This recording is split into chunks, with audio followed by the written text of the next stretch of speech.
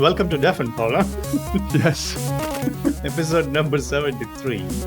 So, as we've been chatting about all the fancy stuff regarding triathlon and everything,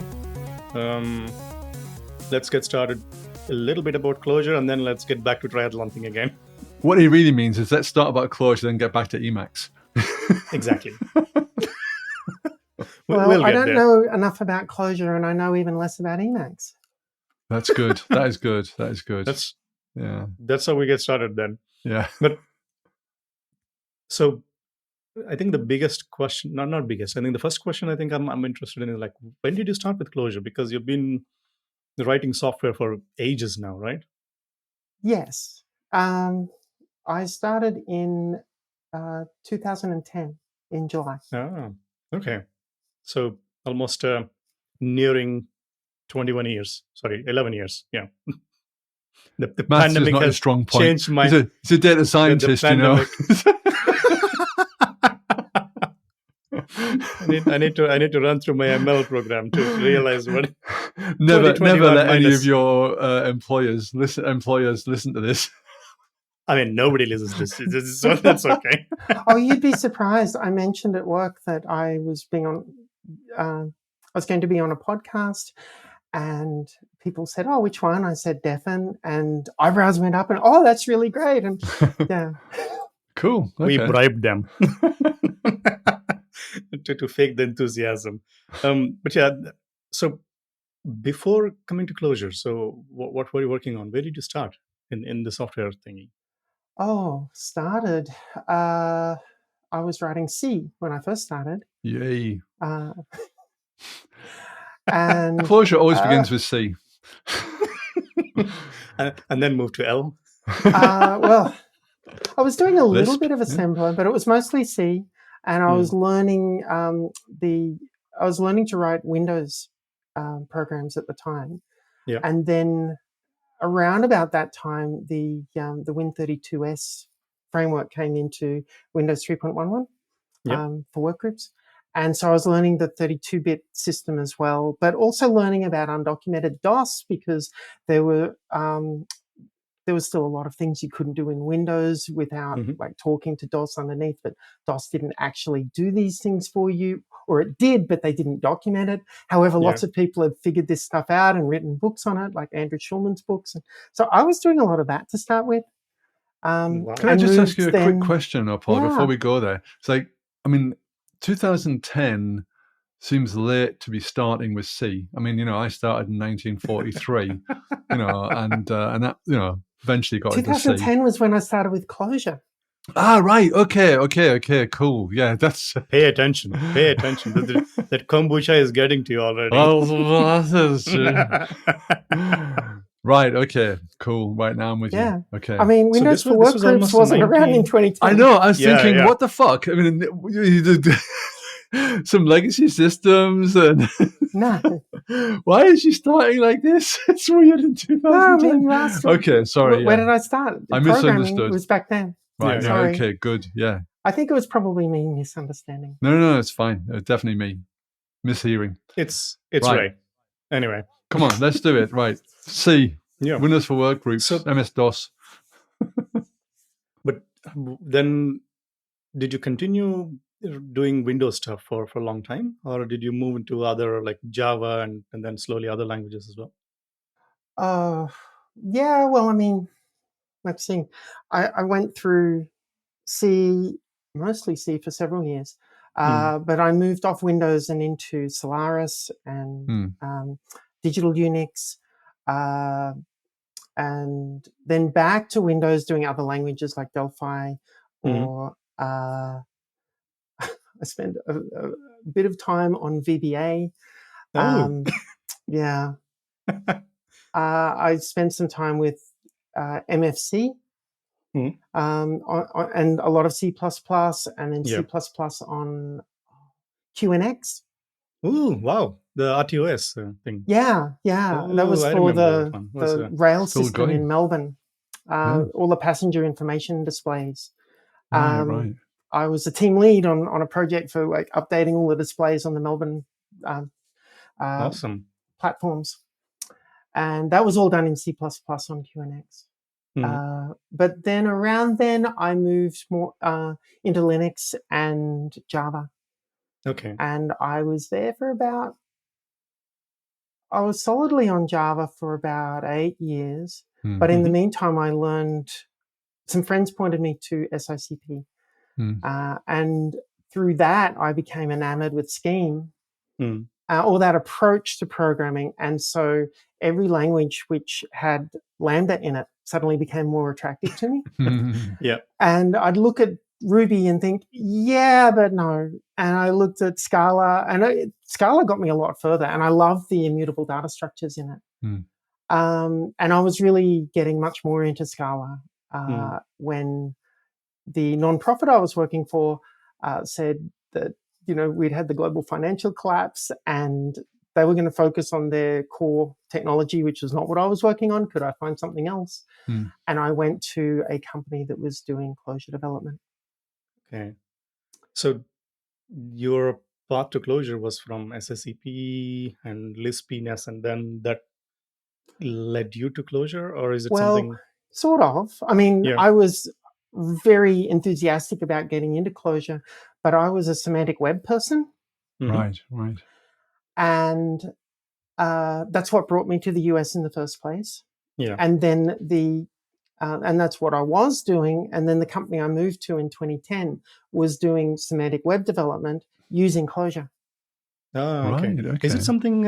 Isn't it something that Alex was working on as well? It was the same company that Alex was working in. Okay. Because I remember going to his talk in Belgium. This was way before Clojure was a bit popular. He was then not working with Cognitive, but for that company, I think, was talking about all Revolytics. the exactly, Yeah. Revolytics, yes, yeah. Okay, nice. So I interviewed there, and they said, "Do you know Clojure?" And I knew it was a Lisp and on the JVM. And I said, "No, but I think I could learn it." And they said, "Yeah, buy a book." So I did. Yeah. And by the time I started, I'd read the book. Nice. So for people like me who are not really that well versed with all this fancy tech stuff, so what is semantic web? It's a set of standards from the W3C around data linking and communication. Yeah. So from a simple perspective, the World Wide Web is a web of documents which link to one another, whereas the semantic web is a web of information which links to other pieces of information around the semantic web. Yeah. And it's the standards for doing that. So one of the bases for that, for those standards, is the URI. And there's a whole lot of semantics built up around what these URIs are and how you should build them and things like that. But then the data model for connecting all of these things is a graph. Yeah. And the standard for representing these graphs is RDF, Resource Description Framework. Yeah. And that allows you to describe properties and attributes of different objects in the system and how things connect to one another. Objects are all represented using URIs, well, mostly. And you describe these things in a graph. Your graphs, because you're using these standards, because you're using URIs, should naturally link into graphs from other places. Where two groups have used URIs for the same semantic concept, but have used different URIs for it, you can then create linkages between them so that you can link up different documents, which, different semantic web documents, which say, well, this is that, and this is that, and this is related to this. And this is where linked data comes from. And the fact that there are all these standards is really useful because it means that, like, if I want to take data from an Oracle database and move it over to a MySQL database, often the way that I've seen that done is it gets dumped out as a set of create tables and insert into, DDLs. which is very crude. Whereas semantic web standards using RDF, you dump it out in a standard format, which all semantic web systems should be able to move that data around and understand that data. What about the O word, Paula? The scary O word, ontology. That is a little like your schema over the top, but it's more powerful. An ontology just describes the structure. The schema really just describes the structure with some concept of semantics on, well, this means that, or it might be the addition of those things. Whereas the ontology is much more descriptive about, well, if you're one of these and you're one of these, you're naturally going to also be one of those, unless you're one of these. And you can describe that to a nearly infinite extent. I mean, how far do you want to go? It's like trying to write spec for Clojure. You can describe your function in really minimal terms. So you can say, well, I know these properties about the function. I'll just describe more. And I've written spec which is bigger than the functions I was trying to describe. Of course, yes. And you can do that with your ontologies as well. And there's always a trade-off. But isn't this the Web 3.0 thingy, right? This is so we have this Web 2.0 with all the mispronounced, or dropping the vowel sort of companies, and then we have the Web 3.0, which is supposed to be this everything changing into more semantic thingy. Because I remember data is the main thing, isn't it? It's meant to be data that's driving Web 3.0. That's the biggest thing. Because you're supposed to describe because your the problem pages is it's with all something. documents at the moment, and that's the web was all documents, but now it's meant to be like linked data, like Paula was saying, So more services can like understand what a particular page means, not just what documents it kind of has. What just the HTML layout is. Yeah, exactly. Because I remember when I was doing, I think I was still blogging at some point, and then there was like you could put more details into your blog headers or meta descriptions, saying I am this, and then my profession is this, or I'm linked to this person or something like that. I mean, to me, the thing that's horrible about the current web is that we have all these like people. I mean, there's a thing called, SEO, which I think should be just taken out and shot in the back of the head. And that's really what linked data and ontologies and sort of semantic web is meant to replace, This is meant to replace SEO because you don't need SEO anymore. If you actually are clear and explicit about what this website is meant to represent, then you can just be straightforward about it, and you don't have to do all this bullshit. That's my understanding anyway, Paula. You're more of an expert than I am. I'm just a soapbox person. I've been peripheral to a lot of things, so I'm not going to call myself an expert, but I'm aware of a lot of stuff as opposed to being an expert on it. Right. The problem with the semantic web has been that, I mean, some of the things it's tried to do where it's created standards so that you've got this interoperability, you've got the portability of data. And they do try to be very complete about, what the semantics of each element is. And that's led to a lot of debate as people have got into the corner cases and things like that. This has led to a complexity that people have avoided. Yeah. They say, well, this is too hard, I don't want to do it. Or this seems like overkill. And so while it's a great idea, it hasn't really panned out. We do see it being used, but not as much as the vision had been. I think and instead we see it being re-implemented.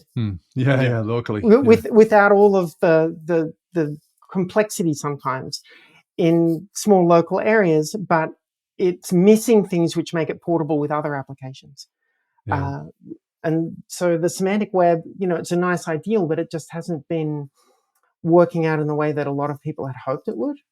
I went to a conference about the semantic web a few years ago, and there was some people I was working with who were like, they were experts. They'd worked at Google and they'd worked in other places that were still doing, Web 3.0 stuff. And there was a conference all about it. And there was a question at the end, which was really like, do we think, because one of the problems with semantic web to some extent is it's a bit of a top-down activity in the sense that there are standards and there are sort of ontologies and all these kind of things. And it's kind of like, well, in the sense it's top-down, but what I mean by that is that you have to have people organizing above corporations and above websites so you can have these standards. So that's what I mean by top-down in that sense, like any kind of like standard or whatever is a sort of top-down thing. And what people are saying was all the benefits that you could get from the semantic web are already available via Google or via Bing or whatever. Probably not Bing, but you get what I mean. Because you can still search for things and kind of like, your intuition about what a website is meant to represent through SEO, etc., and through the Google's kind of AI index, etc. Well, they're kind of making it work. But the problem, like you say, is it's just local to Google then. No one else can fucking do it. It's all siloed. And if you create data, you can't link it into what Google's doing. Right. And you can only get so much out of what Google has. They'll let you see some of it, with this API or whatever. Yeah. And even if they do, then 12 months later, they're going to say, we don't offer that anymore. Yeah. It goes into Google graveyard. Yeah. So the technologies underlying all of this are being employed in so many different areas, but the standards are not. And, so it's been a wonderful thing to be involved with because it gave me exposure to all of the technology and how these things work together. And but the overarching dream of it all hasn't really been realized in the way that I had thought it might be. I mean, it wasn't my dream early on. I was just working in the area. Other people's idea, and I was a developer doing it. But I learned a lot in the process, and this is stuff that I get to, implement these days. I mean, when I use Datomic or Asami or anything like that, a lot of those techniques and technologies have all, I can bring them forward in interesting ways to what I'm doing now, like re-implementing implementing a query engine for Asami. I'm using a lot of the syntax for Datomic, but I haven't actually gone with the semantics of Datomic sometimes because I don't like them as much. And I've gone for Sparkle instead. Right. Which is actually very similar in a lot of ways. There's a few things like not, which is I think we need to introduce what Asami is, because you're okay. Yeah. So Asami is a graph database, a little bit like Datomic, but like an RDF database, it is schemaless. Yeah.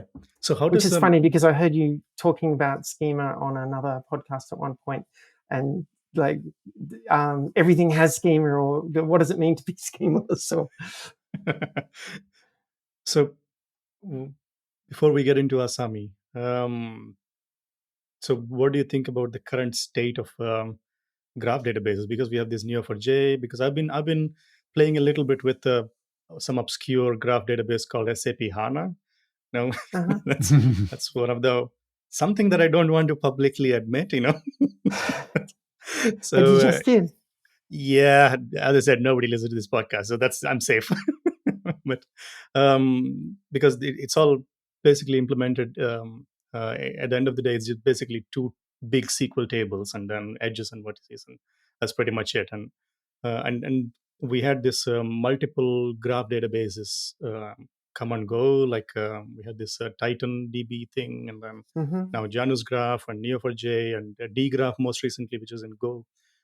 So how do you see the graph database ecosystem, and what is the main use of it? Because they never seem to be like the mainstream databases.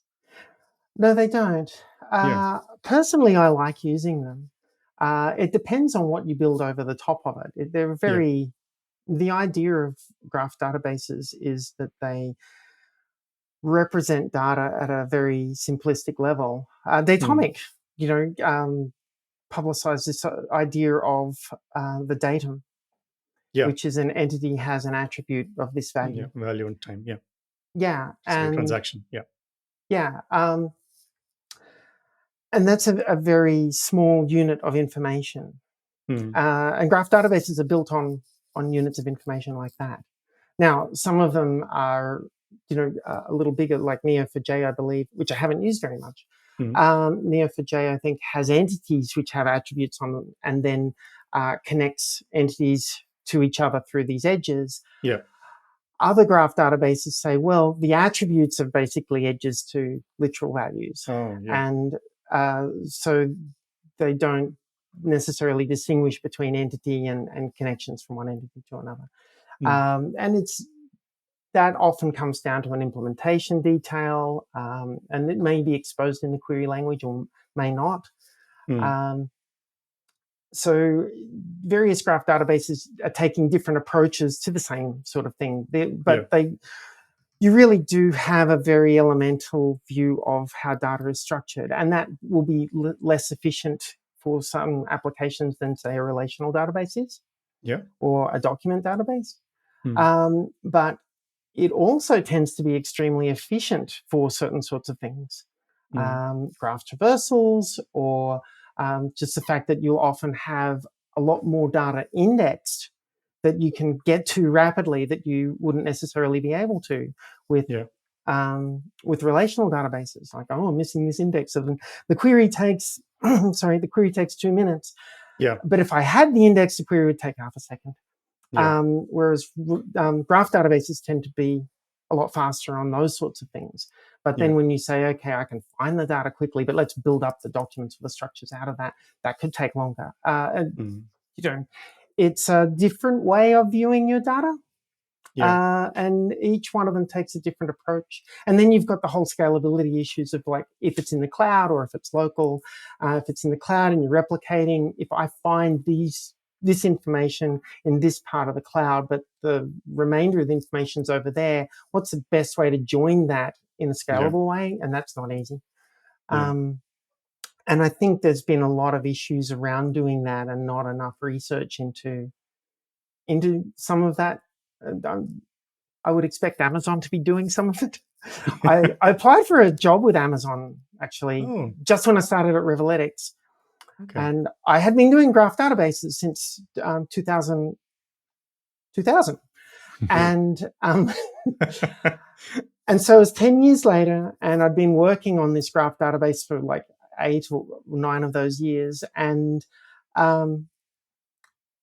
I was being interviewed for the cloud team, and I got an offer, and then I got the Revoletics offer, and so I was balancing them. And they did say, look, we really want you to come in because we'd love for you to implement a graph database in AWS. And that was really Neptune, tempting.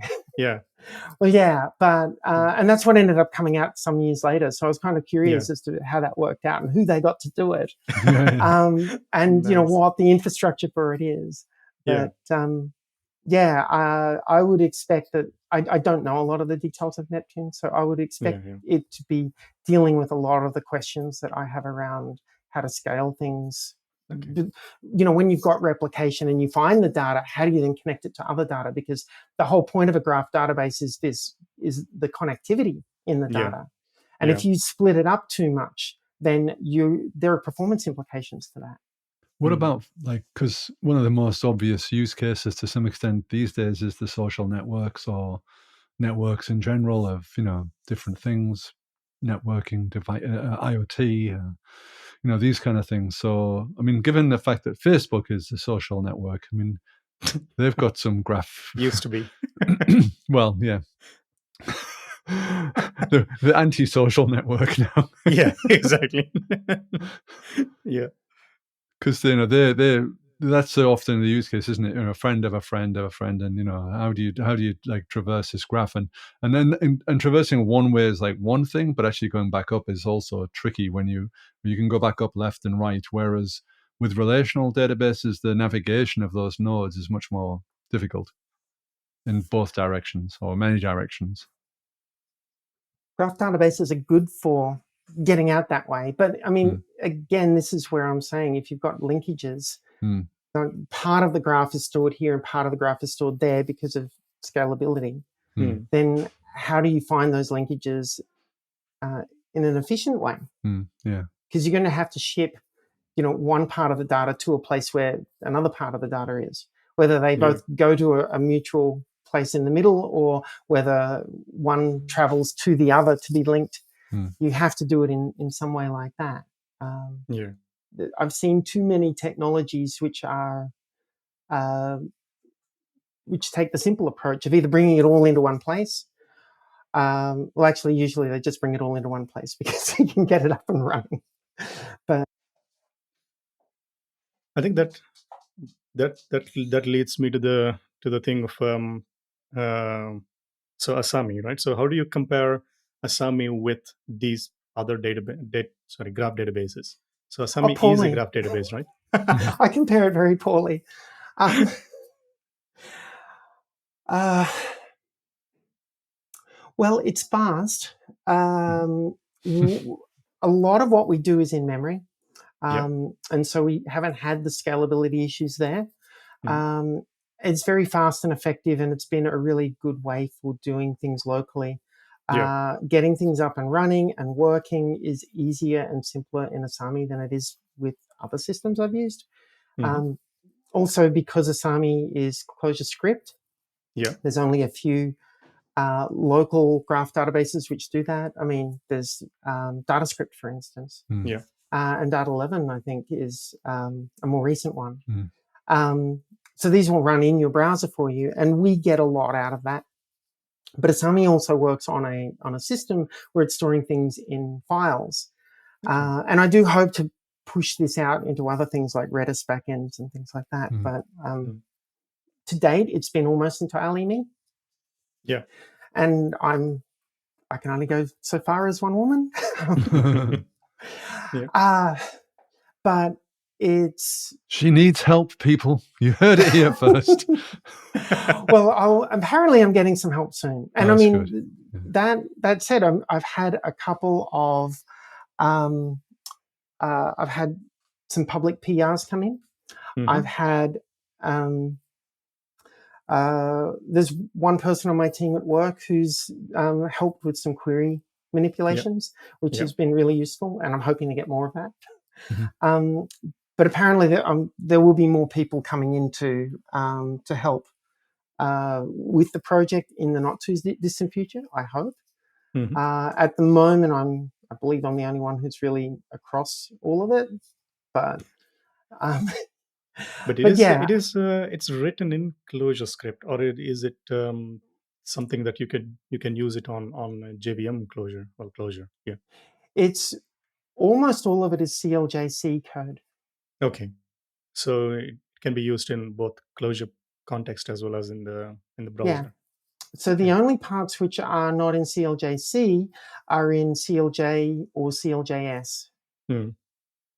Um, so the local storage stuff is currently in CLJ. Yeah. That's done with memory mapped files.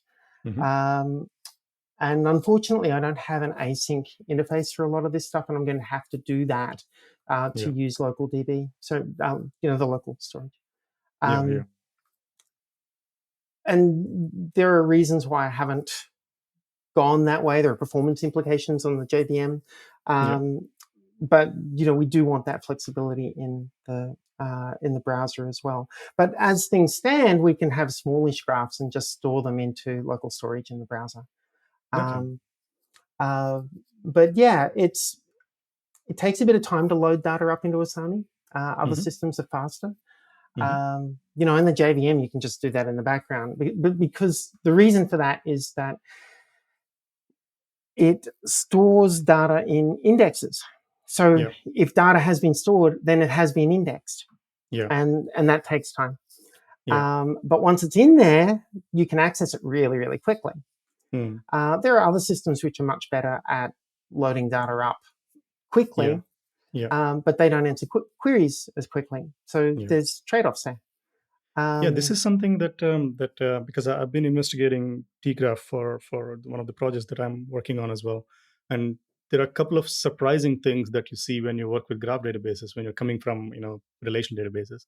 One of the things mhm, is that we wanted to have these real time updates of the graph, so that's kind of tricky business in graph databases, and also bulk loading of the data, especially if you want to have like a referencing highly connected graph, then all the UIDs, then I can't load it in batches because I load one batch and I get the IDs back, then I have to query again to point them and then update my input again, which right. is crazy for us because we have like almost 3 million nodes and all that stuff as well, with the project that I was working on. So it's like it felt like paradigm shift or different trade-offs, it's very difficult for my brain to comprehend. I'm just, okay, insert into where, whatever. So that's not going to work here, right? No, it is quite different because when you're bringing in more data and you're referencing original data, then you want to know what it is you're referencing. And, the way that RDF, Sparkle systems work. So Sparkle is the query and update system for RDF data. So it's a sparse QL, something like that? What is it? It stands for the Sparkle Protocol and RDF Query Language. Ooh. It's a recursive acronym. Yeah. And just interestingly, like it includes protocol in that specification. So, if you have an SQL database, you've got your own binary interface for talking to it. So talking to Oracle is different to talking to MySQL. And that's why we have ODBC and JDBC to try to standardize that. Well, Sparkle defines how you talk to an RDF database. Oh, okay. And this is part of the whole thing that I was talking about with having standards. But yeah, if when you're using RDF systems, everything that is to be referenced from elsewhere is going to be identified by URI. So you do have that ability to just say, well, I'm putting this in, and then later on when you want to come back to talk to it, you can just use that URI again. Whereas if it's in Datomic and you're saying, well, entity and, I'm given an ID of -1, then you come back and say at the end of the transaction, well, what was -1? What was that object, please? And your DB ident gives you a way around some of that. But, there are speed issues with doing some of this stuff. Like Asami, I think, is reasonably good at doing, small updates. But if you want to do a bulk load, it takes time because it's indexing. If you broke that up, it would actually take a little more time and you end up taking more disk space because it's using persistent data structures internally.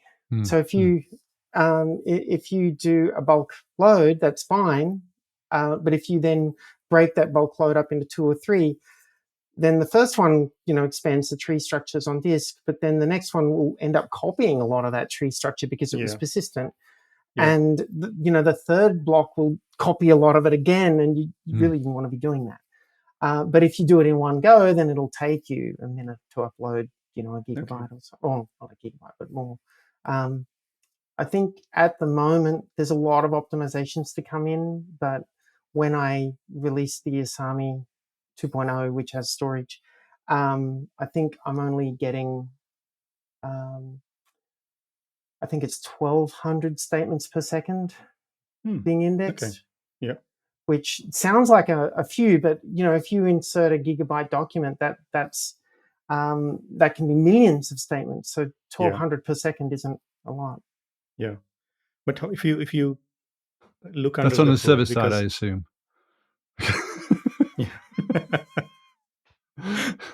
That's on my notebook. Okay. In Firefox. So if you look under the hood, because in Asami at least, is it everything graph all the way to the disk? Because I know that dgraph and other systems, the underlying data structure, like behind the scenes, it's either a key value store that they wrote to make it super fast, and so that there is like a graph is basically an abstraction on top of SQL or on top of key value thing. Often, so how does because that seems to be easier to build, I guess. I don't know what the reason for it, but how is Asami when you compare to this kind of, is it turtles all the way down, graphs all the way down? No, well, graphs are usually expressed using, well, I'll say tuples, but generally we look at them as triples. So in Datomic, it was always entity attribute value. In RDF, it's always subject, predicate, object, same things. Just different labels for the same thing. So these tuples are what are being stored. And we index them by just storing them in order. So, you store them in, if I'm saying subject, predicate, object, you store it in order of subject. Yeah. And then for the same subject, you'll store it in order of predicate. And then if you've got the same subject predicate, you store it in order of object. And then if it's in, so that's the first index. And the second index will be stored, ordered first by predicate, and then by object, and then by subject. And then the third one will be stored in order of object, and then subject, and then predicate. There's only 6 possible orderings, and you only need 3 of them. That's if you're storing triples. Now, if you're storing quads or more, then, if it's quads, there's 24 orderings. But to have complete coverage, you need 6 of those 24. And, which 6 do you choose? And, do you actually need that complete coverage? And usually not. Usually you only need 4 out of the 6. And what if you're putting in 5? Do you need to index, according to everything there? And sometimes there's trade-offs where you can say, well, I can find the statement. If I just index on the 5th element, I can find statements by that 5th element, and I've got this, and now I'm here. I can use the other indexes to then get to the next part. And that will be a little slower than a direct lookup, but it's actually all I need for this infrequent sort of query. So, there are trade-offs of which indexes you want to use and things like that. And in Asami, this index is right now like a custom format because you're talking about Redis being one of the backends. So I've layered it. The first layer I built was just blocks where I say, give me a block, and it has an ID associated with it, and it says, okay, here's your block and it's ID 1, and here's your block, it's ID 2, or the ID could be a URI or something like that. And I'm allowed to read and write that block. And then when I'm done, I say, okay, this block is committed, and it'll never be written to again. But I can always say at any point, give me the block with that ID. And that's, I can do that with S3 storage, where, the block is just a buffer. And when I've sent it's written, I can send it off, and its ID is the URL to get to it. Or I can do it as a file offset if it's a memory mapped file, or I can do it as just a key for Redis or anything like that. And over the blocks, I've then built a few different indexes. One's a tree index, and others are flat storage and things like this. And then on top of those indexes, I've then got statement storage, and I've got a mapping of IDs to things which can be serialized and deserialized. So I can store strings and URIs and keywords and blobs and things like that. And I reference them by the number that they come back as. And then once I've got numbers like that, I can store statements as just, tuples of numbers. And it's all layered like this all the way up to the top, and then put a query engine on it and you're done. Simple. I think I understood everything. So now I can get started with my own graph database now in Emacs list. I hadn't thought about it really. And just 2 days ago, I was speaking with a young woman locally. I'm in Women Who Code, and we haven't been doing a lot in the last year with the pandemic. And so there've been various things where we connect up, just for talking online. And this one young woman was asking me, how do you even start writing a database? What was the first thing you did? Exactly. I think that is something that always fascinated me. So what is the answer? Well, I started with, that first thing where I wanted to have blocks, which I could reference by an ID. And then from there I built up. And, I had that because I had that, what do you call it? That architecture in mind, because the previous graph database that I'd built, that I was, a co-designer on and a co-implementer on, was Mulgara, and that's entirely in Java. But that was built the same way. Okay. Now, there are different architectures, as you go up that stack, because over the years I've learned, I can do this, or I could do that, or I shouldn't do this. And Richie, he had this wonderful insight at one point, and I was like, oh my goodness, I should have been doing this all along. We were using a persistent data structure all along in Mulgara. Yeah. And we had all of this bookkeeping to figure out when each node in trees were being used. Yeah. So that when we'd done commits and we were no longer reading from old transaction points, then they could be cleaned up, and any nodes being used in the data structures could be recycled and brought in for newer data that's being inserted. And we needed to do that because when we first started building it, which was 2000, we didn't have very large hard disks. And as time went by, disks got cheaper and cheaper. And so I started saying, well, all of this bookkeeping we're doing is slowing the system down. Why don't we just stop doing that and abandon that information on the disk? And if you need to clean it up, you can just port it forward into a new database and delete the old files. But we don't need that stuff anymore. We don't need to clean it up because disk is cheap. That's before we went to solid state drives. But disk is cheap, so let's not worry about that cleanup. We get a lot more performance out of this. And so I started moving in that direction. And then Rich released Atomic, where he said, and we can go back to previous points in time. And I was like, I've got all those previous points in time. I just never gave anyone the access to get to them. Right. Yeah. And I thought, I really need to do that for Mulgara. But Mulgara was written in Java. And by that point, I was writing Clojure and I didn't want to write it anymore. And I thought, maybe I could do this in Clojure one day. And then it sort of somehow in the end, I ended up with Asami and decided last year, let's just do it. So I did. And now Asami does it. So to write a graph database, all you need is just like 20 years of experience, understanding all the standards, and then writing it in Java, and then see once, and then write in Clojure. Seems pretty simple, I think. No? Well, I started when I had 15 years of experience, so it's, right. So it wasn't 20. Then. The requirements are much lower. Fair point.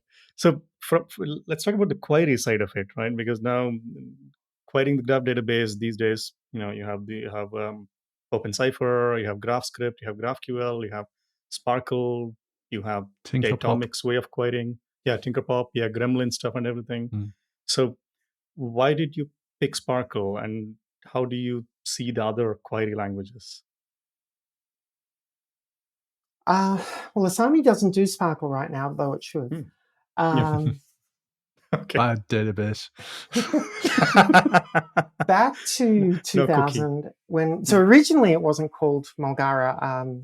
It was called the Tucana Knowledge Store. We sold it commercially.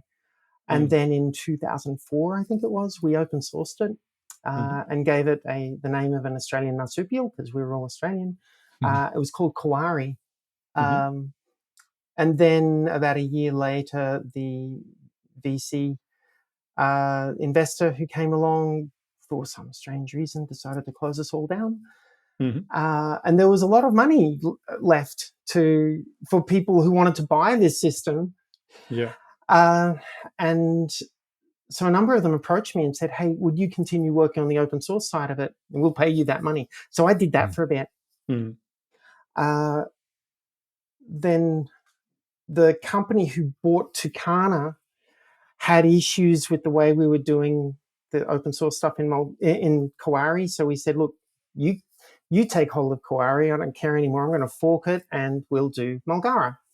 And so that I spent the next 5 years on Mulgara. And even a couple of years ago, I was getting contracts to keep it updated because there's still systems using it. So it has that long history. It was one of the very first graph databases in the semantic web space anyway. And we did it because there were none. We wanted one and we couldn't find anything useful. So we built that, and because there weren't any standards for talking to it, and we invented our own query language for talking to that. And I was stuck in a room with somebody working out how to do this, and then they recorded it all, and I've got my name on a patent somewhere. Wow. But this was all, that was called the Tucana query language, which is TQL. And around the same time, Hewlett-Packard Labs was doing something similar. They came up with Jenna, which has now moved into the Apache Commons. Yeah. They came up with their query language, which was RDF query language, RQL. Yeah. And then there were other systems which were trying to do their own thing. And so that's when the Semantic Web, W3C, came together and said, we want to form a committee for a standard on this. One member of my team was on that committee, and they were staying up till 2 a.m. because we were in Australia. 2 a.m. on the committee calls, and they'd show up to work the next day with bleary-eyed and say, well, we talk about this and this. And I said, no, you shouldn't be doing that. You got to do this. And I was blogging about it, and I was getting all these responses back on my blog, which is, an interesting interaction with the whole process. Yeah.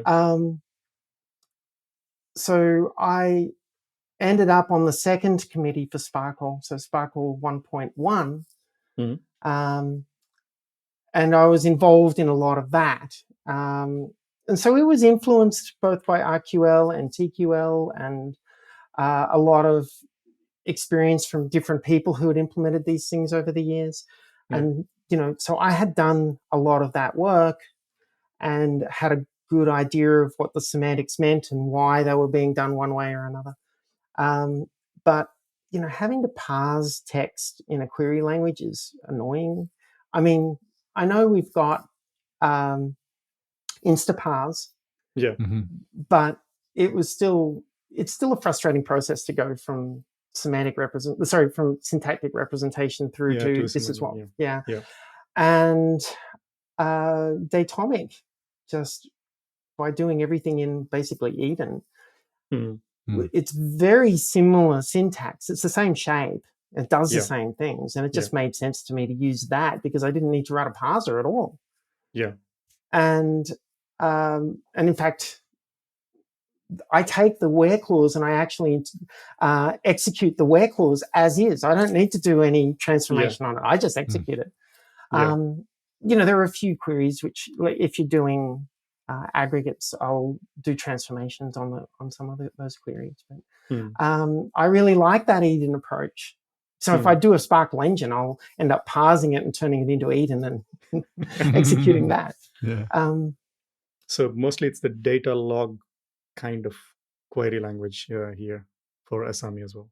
Yes, yeah. Okay. But I mean, I always wince whenever I hear people call it data log, even though everybody in the community calls it data log. Why? I mean, it's not data something log that is data log's been around for since the 70s, I think. Yeah. It's a subset of Prolog. Prolog, yeah. It's a decidable subset, which is it doesn't have any nesting, it doesn't have any negation, and it maps directly into database querying. So you don't end up with like searching, which Prolog can get caught up in. Everything that Datalog can do can be turned into queries on a database. And the syntax of it looks like Prolog. It's a subset of Prolog.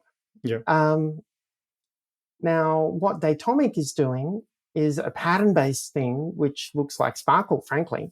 And it has the same semantics as Datalog. So semantically, it's a Datalog, but syntactically, it's not. And whenever people are talking about Datomic's syntax, they say it's a Datalog syntax.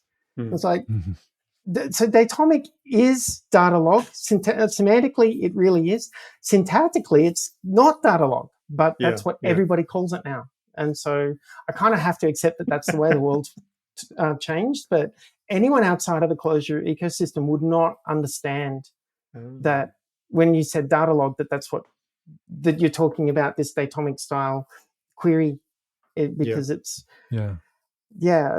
But this is the nice thing about this podcast. It's a mass editing opportunity. Everyone can just like Oh yeah, correct everyone's going to listen to themselves. me and change their Yeah, that's how it's change what going to they work. call Yeah. it. So Don't if call it people data listen to log. me carefully, they'll notice that I don't ever call it data log syntax. I'll say, if I'm referring specifically to the syntax, I'll say datomic or data script like syntax. Right. I never call it data log syntax because, to me, data log syntax looks like prefix predicates. Yeah. Okay. So why? Okay, maybe why Clojure is probably, I think, kind of a given, because from 2010 you've been working in Clojure. But do you think Clojure gave you any advantage in implementing this, because you have years and years or decades of experience in C and C++? And, Absolutely. Yeah. I mean, yes. Man, you don't need to say that because it's a Clojure podcast, Okay. So over 4 years, a team of, I don't know, there are like a dozen people built Mulgara. Yeah. And 5 years, thereabouts, 4 to 5 years. And I know that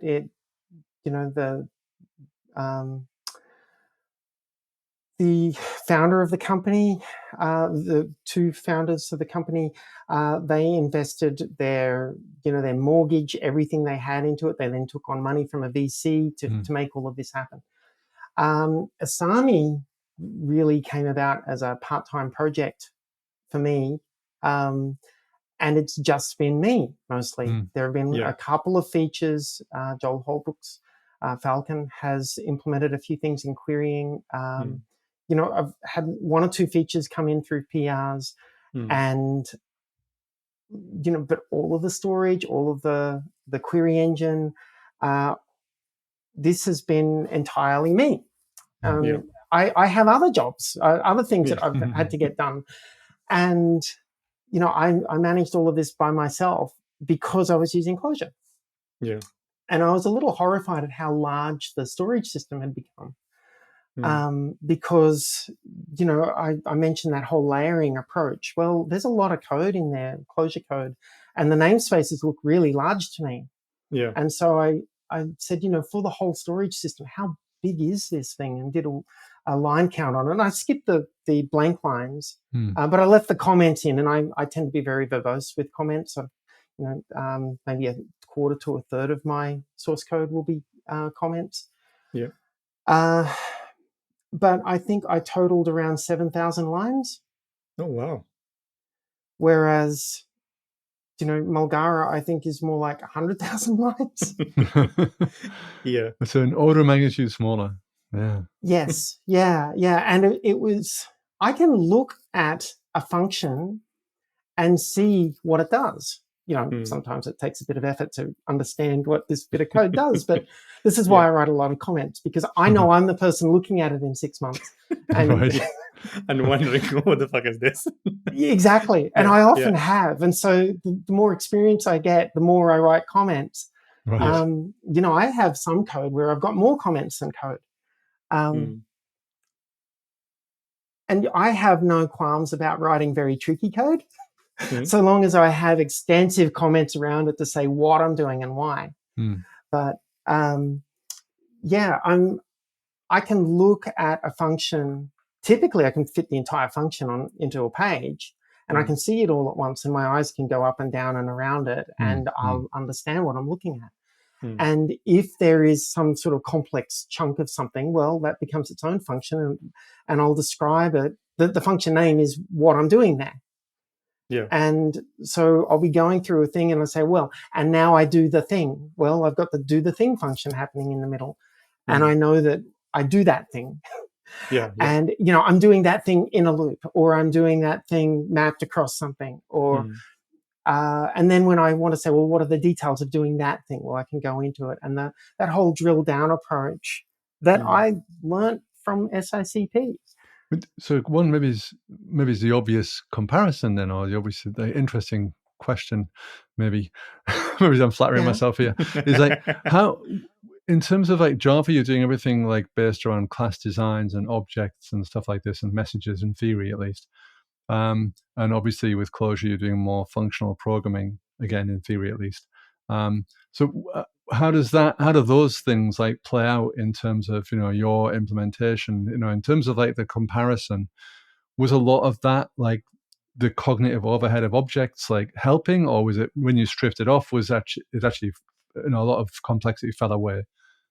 A lot of complexity fell away. Like I said, I had the same general data architecture that Mulgara has, but I've implemented it differently. And, where a lot of state was happening in Java objects, now they're happening in closures.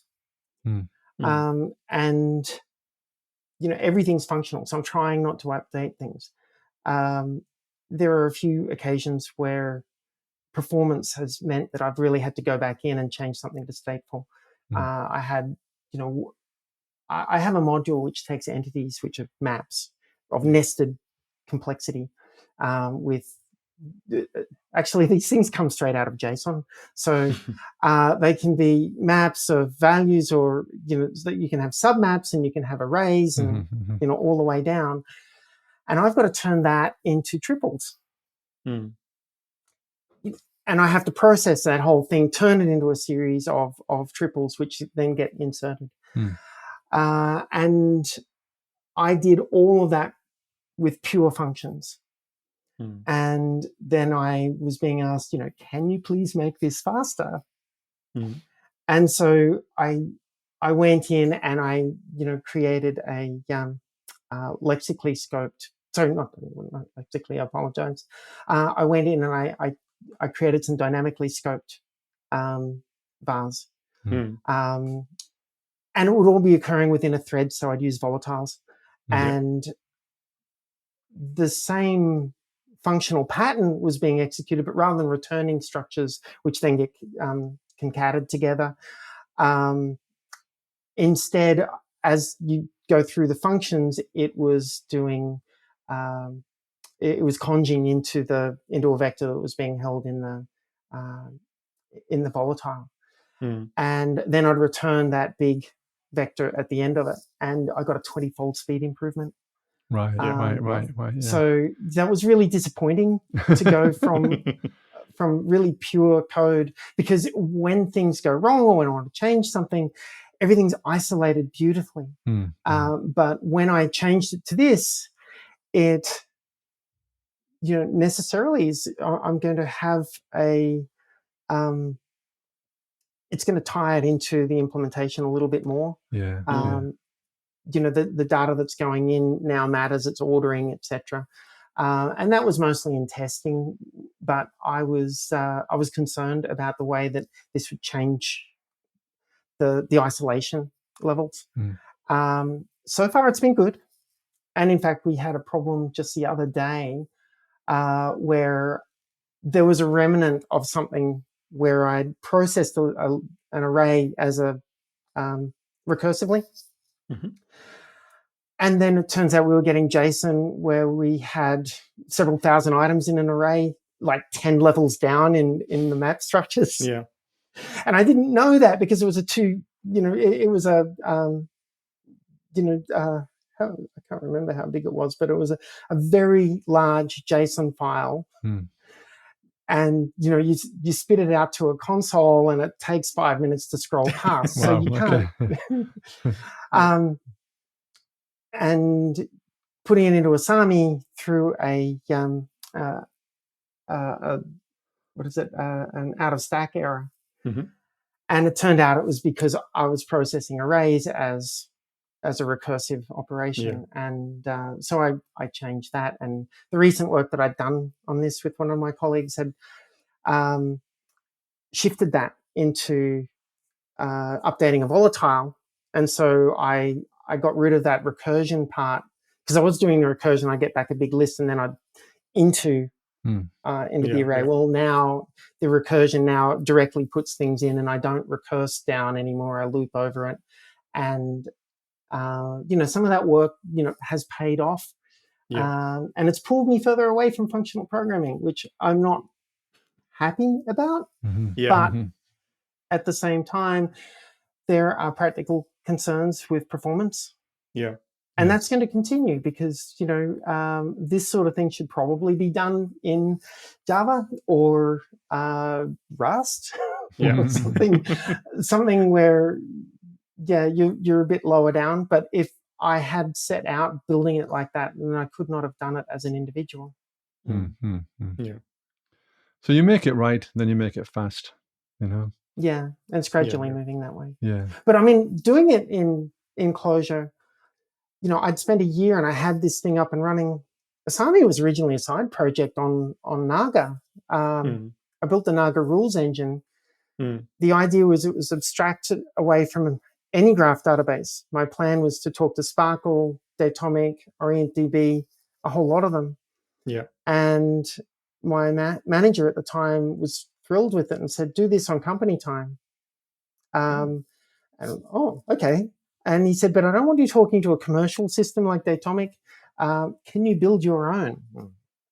I'm like, well, I don't actually need all of the features of a graph database. I only need like join operations and basic querying. So I could do that, sure.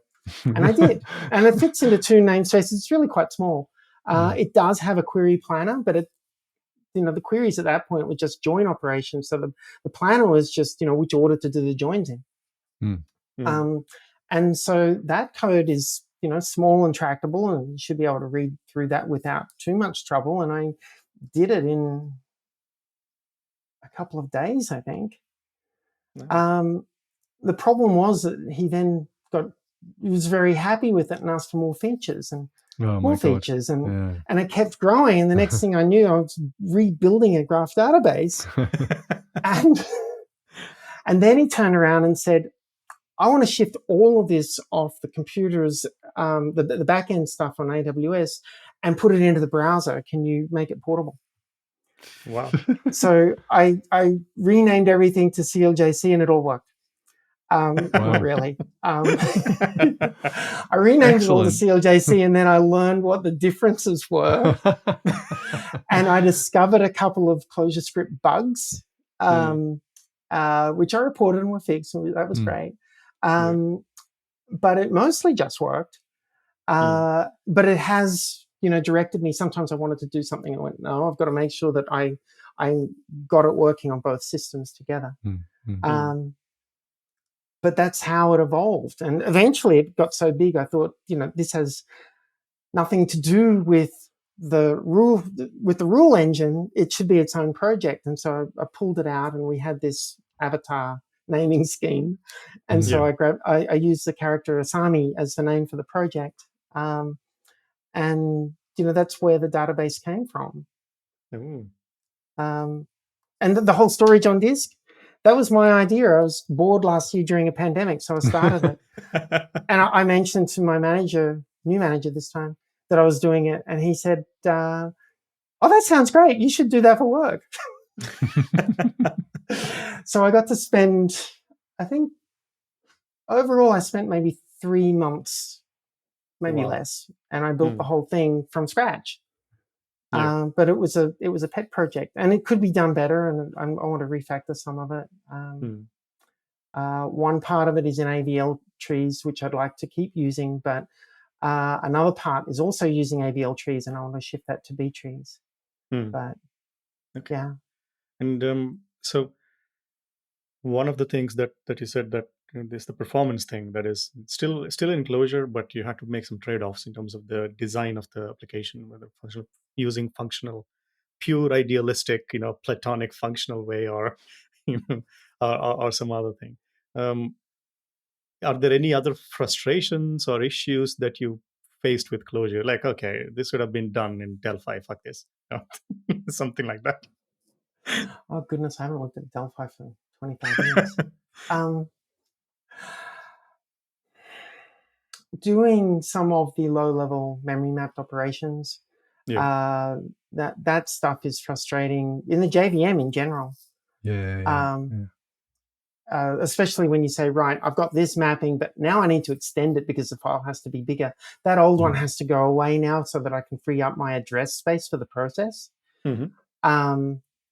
And you have to trust that the VM is going to do that for you, and it doesn't always. Yeah.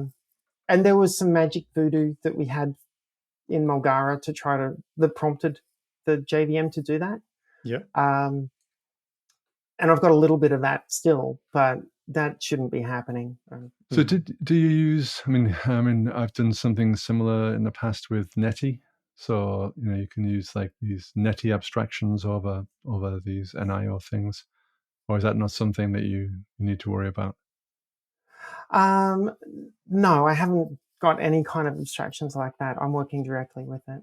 But, if you look in the code, it's very abstracted one layer over the other, and it's heavily tested at each layer before moving on to the layer above it. The external dependencies of Asami are minimal. It depends on Clojure and ClojureScript.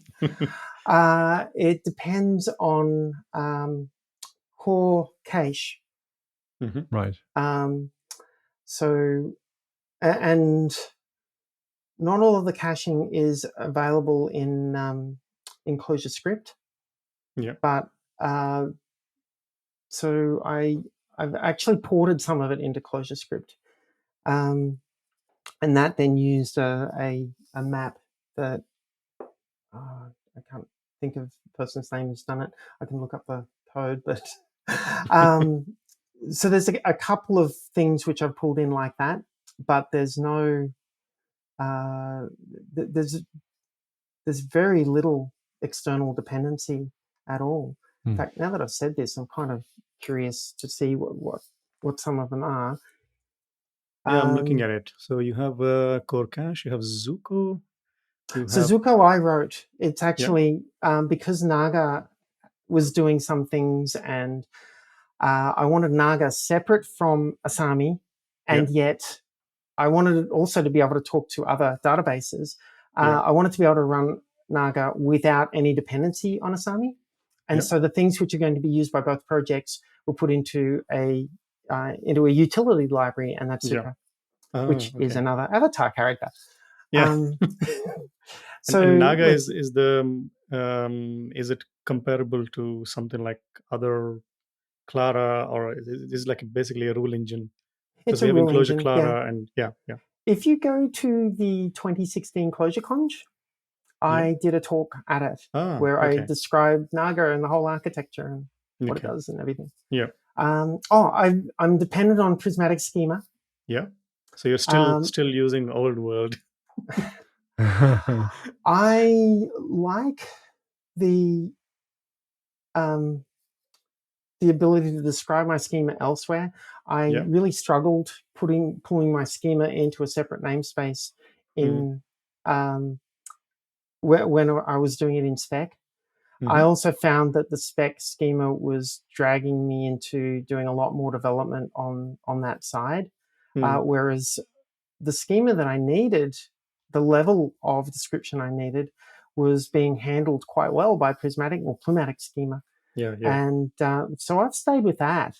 So I'm dependent on Plumatic Schema, Core Cache. And you'll see, data priority map, and then the ClojureScript priority map. That is for the cache that I was referring to. Okay. So the core cache stuff that doesn't work in work in ClojureScript. I ported it into ClojureScript. That's built on a priority map, so I just brought that in, and that's it. That's all of the external dependencies. Yeah. So Zuko and Qtest are both things that I wrote as well. So that's everything. But it's Nice. fascinating how much you can do with such a minimal amount of code, and then have. So in terms of feature parity, would you say that it has similar level of features compared to, what is it, Mulgara? There are a few things missing. Mulgara had a lot of plugins for talking to external data sources. Okay. So you could take, you could talk to JDBC, or you could talk to different file formats and things like this, and represent them all as triples in RDF. Yeah. And it would translate it to talk to those things. I don't have that.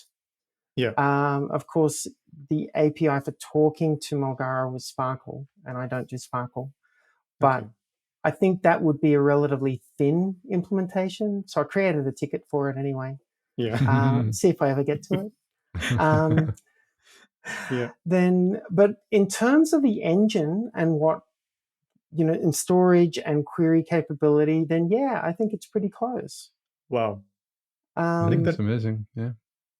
Yeah. One of the adapters that was really nice in Mulgara was that I could talk to remote data sources. And I could do that in the middle of a query. So I could have a subquery where I said from and give the URL of a remote store. Yeah. And it would issue the query against that and return the data and join it locally. Mm. And that was not the most efficient way to join data across a network, but it worked very effectively. Yeah. I don't have that per se, but the results of the query can be used as one of the sources, because if you're using Datomic, when you do a query, the first argument is the query itself, and then the remaining arguments are the data sources that you're querying against. Yeah. Well, you can put the results of another query as a data source. Yeah. And so we can do that here and in Asami, and that actually gets executed extremely efficiently. So it's a nice way of doing subquerying, and I want to bring that in syntactically, so you can just issue one query and it'll do it internally in one step. But yeah, I can do a remote query and have those results come in and use that as a basis of further querying against local data. But it's not as nicely set up as Mulgara could do that. One maybe is like a more abstract, not abstract question, a more concrete question actually is like, so what kind of like we're talking a lot about the implementation and the history and stuff. What kind of use cases are you gonna people who want to maybe be motivated to use Asami, after this show, get very excited?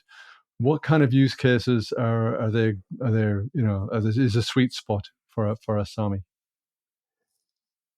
That's a really good question. I'm caught up, of course, looking at the trees, and it's always awkward to take that step back and look at the forest. Our particular use case is that we have a lot of data that comes to us as JSON from different sources, and we want to bring that in and find linkages between it.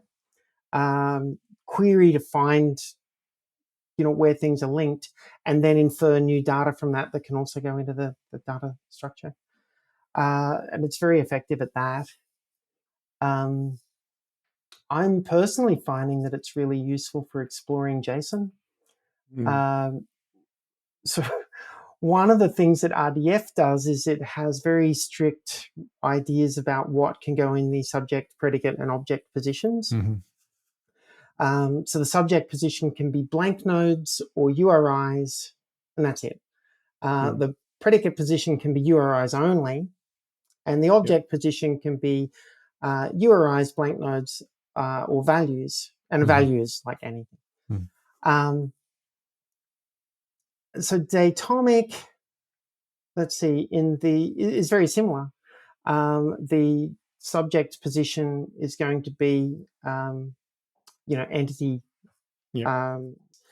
The attribute position is, well, internally it stores it as a reference to an attribute, but you can go directly and represent that as a keyword. And then those keywords all had to be defined up front as your schema. And then the value can be anything, and that value in your schema, you say, well, this attribute represents dates, or this attribute represents strings, or this one is a reference to another entity. So Asami has none of those rules at all. Initially, it had some, and then someone complained about something, so I pulled one of those rules out and then pulled another rule out, and I threw all the rules away in the end. So you can have attributes which are strings. You can have entities which are strings or numbers or whatever. There's no type safety to it whatsoever. But what this has meant is that you can pull in JSON. And so someone was trying to load up JSON, convert it to Eden, and load it into Asami. But it turned out that they had attributes which were auto-generated. It was a PCAP file being represented in JSON. These attributes were really long string structures with spaces in them. And they were trying to convert this into Eden to load, and of course it wouldn't work. So this was what prompted me in the end to throw away all the type safety. So now I can load up JSON and I can do a query and say, which attributes in my system have spaces in the names? And I can say, well, find how, if this talks to this, talks to this, talks to this, show me that. And I can just load up a raw JSON file and do queries against it that does this sort of thing. And I'm finding that it's really useful approach to just, exploring data that I don't know about yet. So you could basically suck in a MongoDB and make sense out of it. Yes. That's probably the biggest use case I can imagine, actually. Because there's so much junk in these MongoDBs, Sorry. That's fine. I've been doing a lot of this sort of thing lately where I'm given this big data structure and I just throw it into the database and start querying against it and find out what's in there and how many things I have and where do I have something which is really enormous, or I can find when I've got a multi-gigabyte JSON file and it's causing me problems somewhere, I can use queries to find where those problems are. But we can also treat it as a graph, and get a lot of those sorts of benefits out of it, and we can bring data in from lots of different places.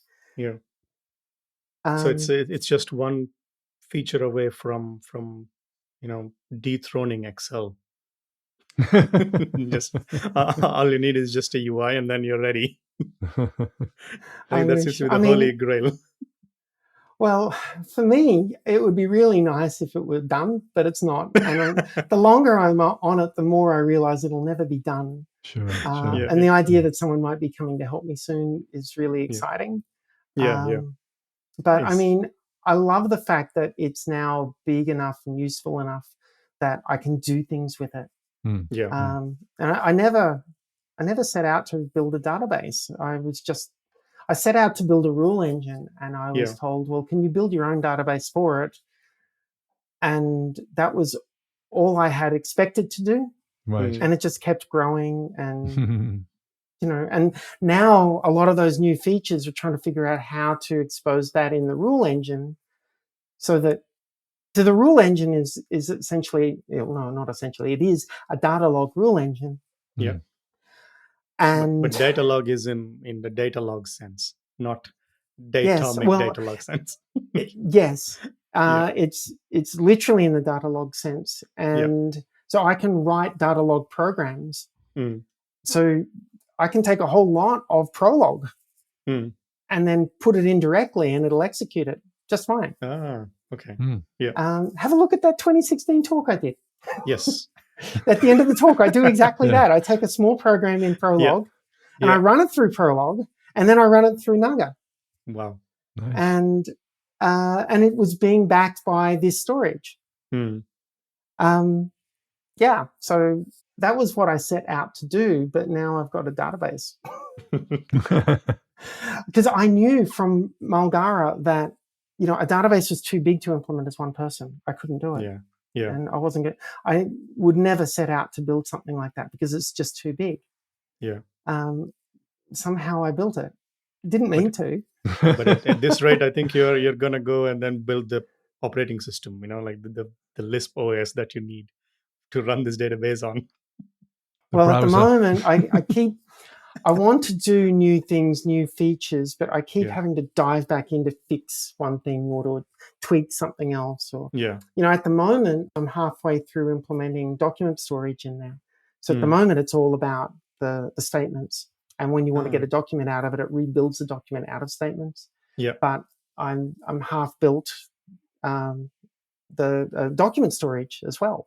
So it'll actually store the documents as well as the statements that represent the document. So when you find the document you want, you can pull the whole thing out. It just has to deserialize it as opposed to rebuilding it.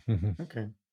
So for the people who need to get into the code base and then start, I don't know, hacking on it or understand it better to learn more of the graph databases and as well as contributing to Asami. So what kind of prerequisites do you think they should have apart from Clojure knowledge, obviously? Well, and don't say 15 years of don't say 15 years of graph database knowledge. I don't know.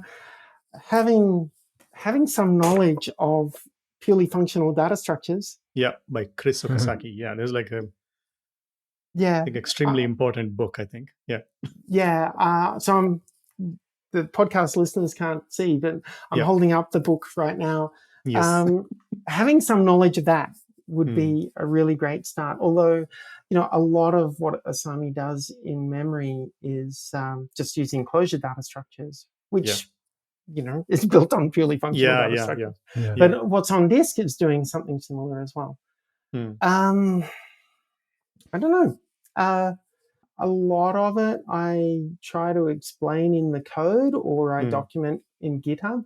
Yeah. If you look on GitHub, you'll see I've written lots of pages and pages of documentation. Yeah. And I'm trying to describe the process. I want to bring people in to understand what I've been doing, so that if they're interested, they can read this stuff and have an understanding of it. Yeah. And what's one of the frustrating things is when I have colleagues who are saying, well, I'm looking at this and I just don't get it. How would this work? How would I possibly say, have you looked at the page, at the documentation for this? And the answer is always, oh, well, no. And it's got to the point where I have other colleagues who said, have you looked at the documentation for that? Because it's all in there. Yeah. But I think, we are conditioned to assume that there won't be documentation given the amount of things that are documented versus the thing. I mean, it's the same stuff like nobody reads man pages. Unix is like documented like hell out of it. And nobody reads them. And every time you see, oh, you can use this switch. Like, how do you know? Because I read the man page. That's how I know. How would I know? Like, it's impossible. So I think our default approach is that, well, there's not going to be any documentation. So don't bother, even looking for it. Not everything is documented, but I've taken the time to do a lot of things. Yeah. And I try to do that. And where things aren't in the wiki, I've put a lot of comments into the source code. Yeah. A lot of comments into the source code. I've tried to make it accessible. It's big, but what is it? If I notice also you've got like good first issues and stuff like that. So you're trying to make it, accessible and amenable to people coming to join the project. I have tried, yeah. Yeah. So I just did a find over the project, and just put it all through a word count. Yeah. So I'm not pulling out lines of comments, not pulling out blank lines or anything like that. The whole project is 7,800 lines. So that should be easy enough to get into, at least to walk through, read through. And the problem with Clojure, though, is 7,800 lines. It can be those 7,800 lines matter, because it can be pretty dense. Yeah. And I imagine, it could be, like you said, you're not scared of doing some tricky Clojure, and a few volatiles, etc. So, yeah. But I mean, it's still small enough to be accessible for sure. Yeah. Yeah. You're not I looking hope at so. like a million lines of code to start, No, well, it's Yeah. what there's 39 namespaces in there. Right, Yeah. right. Yeah. The biggest one is the query namespace, and that's nearly 900 lines. But I Mhm. also, I think a lot of that is white space and comments. Mm. Yeah. So Nice. Yeah. So I think we had some green room talk. So let's get to the meat of the podcast. So the main topic of the podcast. sure. So your editor journey. So Emacs or some other shit that you use. That is the God. most important thing. Welcome to the Emacs section of this podcast. Well, I mean, at university they taught me VI, Okay. and then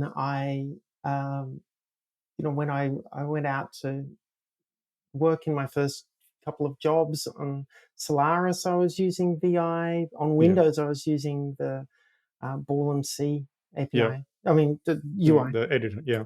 Yeah. But then, I kept coming back to VI, and then I think in the late 90s it was NVI. Yeah. And then around 2000, I was back on Linux full time then, and I was using Vim.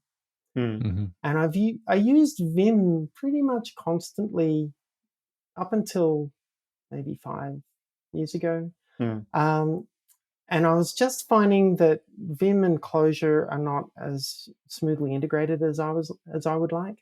ParEdit in particular really annoys me on Vim. So I finally thought I'll try Emacs. I'd given it a go a few times and just never developed that muscle memory. And and I was always so much slower navigating. So I went to Emacs. I tried SpaceMax, but there were some things which differed between SpaceMax bindings and Vim bindings. So for instance, like I think capital Y, it will which is supposed to yank an entire line into the buffer. Instead yanks from that cursor position to the end of the line in the in the buffer. And little things like that being different were catching me out all the time. So I moved to evil mode, and that worked really nicely. So I've been using evil mode Emacs now ever since. And every so often I learn a new thing in Emacs but generally if I learn a new thing, I will create a key binding for it so that I don't have to remember it anymore. And so my whole memory of Emacs is actually in my init file with the key bindings. How do I do this? I go through that file. Oh, that's right. So Emacs is just a better version of Vim as far as you're concerned, for a Clojure version of Vim. Well, Emacs is a better version of everything. What do you mean better version of Vim? Yeah. So I mean, just recently on the Clojurian Slack, somebody said, "Hey, we're doing a show and tell channel. Why don't you take a screenshot of what you're working on and do this?" And I thought, oh, well, and so I screenshotted where I was that day and put it in, and I have all of these windows, the Emacs windows open, because I use multiple windows, and they're all in the same process. So you can, on the Mac, you can just use Command with the back quote or left-right to switch between them. And they were saying, "Oh, why aren't you using multiple buffers in the one window?" I was like, well, I don't like that. And I can switch around them very easily, and I can resize easily with the mouse and things like that. Because resizing isn't something I feel I need to do with a keyboard. I think it's sacrilegious to open a new frame in Emacs, because you're supposed to have everything inside Emacs, full screen Emacs, nothing else. I'm not like that. Well, it's quite funny to watch, VJ squirm as you talk about that. He's obviously unhappy. He's like, I'm enjoying this section of the podcast now. I've been going back to Vim a little more frequently recently. Oh, he's really getting upset actually, now. not Vim. I've been going back to NeoVim. Yeah, yeah. I heard it's a scripting language is slightly better than the ancient arcane magic shit that you need to the Vim script thing. The Neo Vim is slightly better, or Yeah, is well, it is. yeah. I particularly I've been enjoying what's it called, Fennel by Oliver Caldwell. Mm-hmm. So that's a Clojure-like Lisp Yeah. for NeoVim. Ah, okay. And so, that's been pulling me back a little bit as well. Ah. Well, meanwhile, I think Emacs eLisp is now getting compiled to native stuff. So there is a GCC compile mode. And it's now way faster than everything. So. Oh man, the Church of Emacs. Here he is, the preacher. Don't go back there. Don't go back there, my daughter. Yes. Yeah, I think this whole there is a lot of confluence of ideas, right? Things are coming in across different things, and one of the things that with Vim was the Vim script thing that I All right, fucking hated, enough and of then this now. Come on, okay, and then realistically, let's stop this.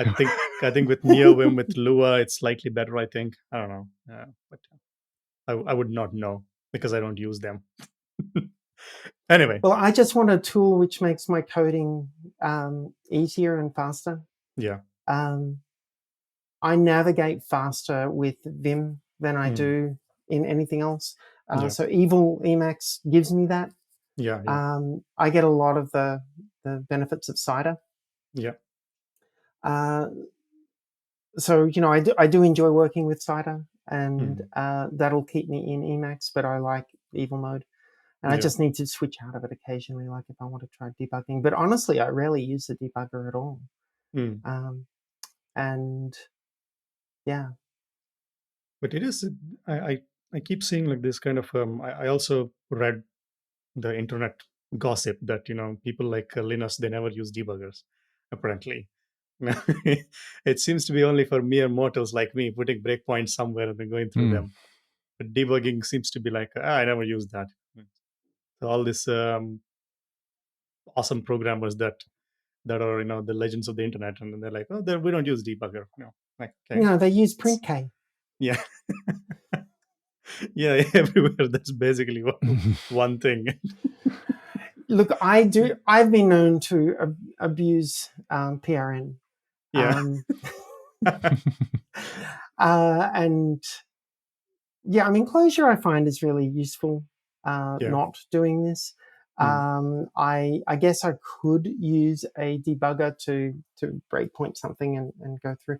But normally, what I like to do is just throw a println or a PRN into a function, and then through my tests which failed, what was the data at this point? I was expecting this. Oh, it was that. Why?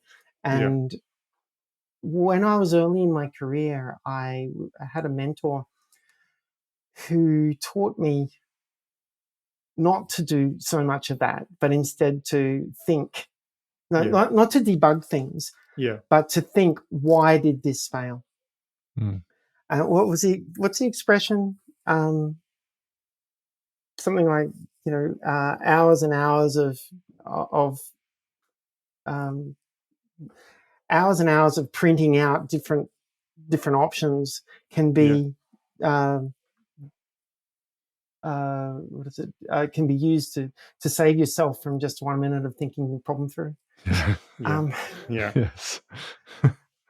I do try to do that. Like, why is this going wrong? What is happening? And it makes me think about my code a lot more.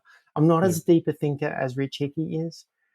He tends to, have things pretty much right before he starts typing things out, or before he releases something. Yeah. I am a little more iterative, whereas I like to think it through. I like to have the general shape of it in my head.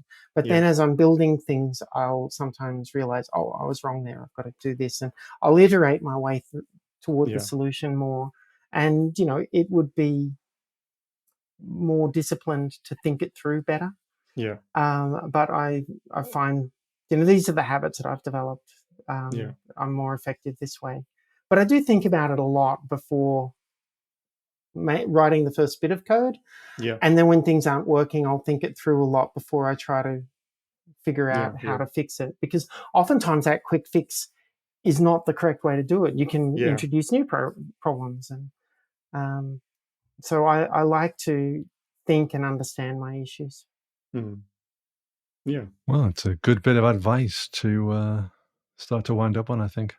I just looked at the time. It's like we're... and I noticed it's getting very dark around here as well. I also noticed that my system just switched to the night mode. I was like, it just flipped and because I set it on auto night mode.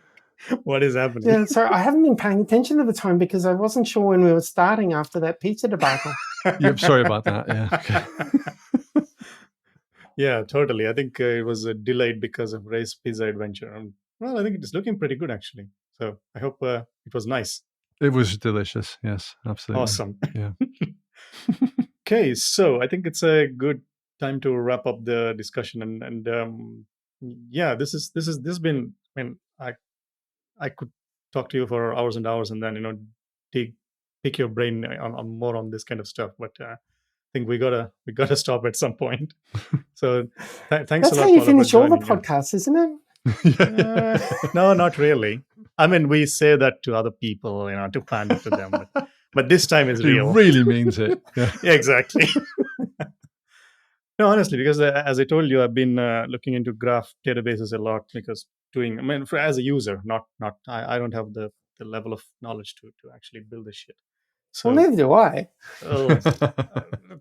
Come on. I mean, you already built like 4 of them. So this has been like, at least for me, it's very inspirational and to understand where you're coming from and what kind of things that you're thinking about and how you're building all this stuff. So very grateful and thank you for joining us. And it's been a pleasure, I think. Yeah. You're welcome. It's been a fun afternoon. Thank you. Yeah, it's been fantastic. So I think that's it from us for the episode 73. And we will be there, depending on when you listen to this podcast, we'll be there at Closure D virtually, or we have been there. So if we publish this before Closure D, please join us. If we publish this after Closure D, thanks for talking to us at Closure D, saying hi to us. So I think that's it from us. And thanks again, Paula, for joining us and walking us through the graph, traversing. You're welcome. We always like to have a podcast with a little bit of edge. Yeah. Yes. Boom. Yes. Finally, all the graph jokes are done now. Thank you for listening to this episode of DefN. And the awesome vegetarian music or the track is Melon Hamburger by Pizzeri. And the show's audio is mixed by Wouter Dullert. I'm pretty sure I butchered his name. Maybe you should insert your own name here, Dullert. Wouter. If you'd like to support us, please do check out our Patreon page. And you can show your appreciation to all the hard work or the lack of hard work that we're doing. And you can also catch up with either Ray with me for some unexplainable reason. You want to interact with us, then do check us out on Slack, Clojurian Slack or Clojureverse, or on Zulip, or just at us at DefN Podcast on Twitter. Enjoy your day and see you in the next episode.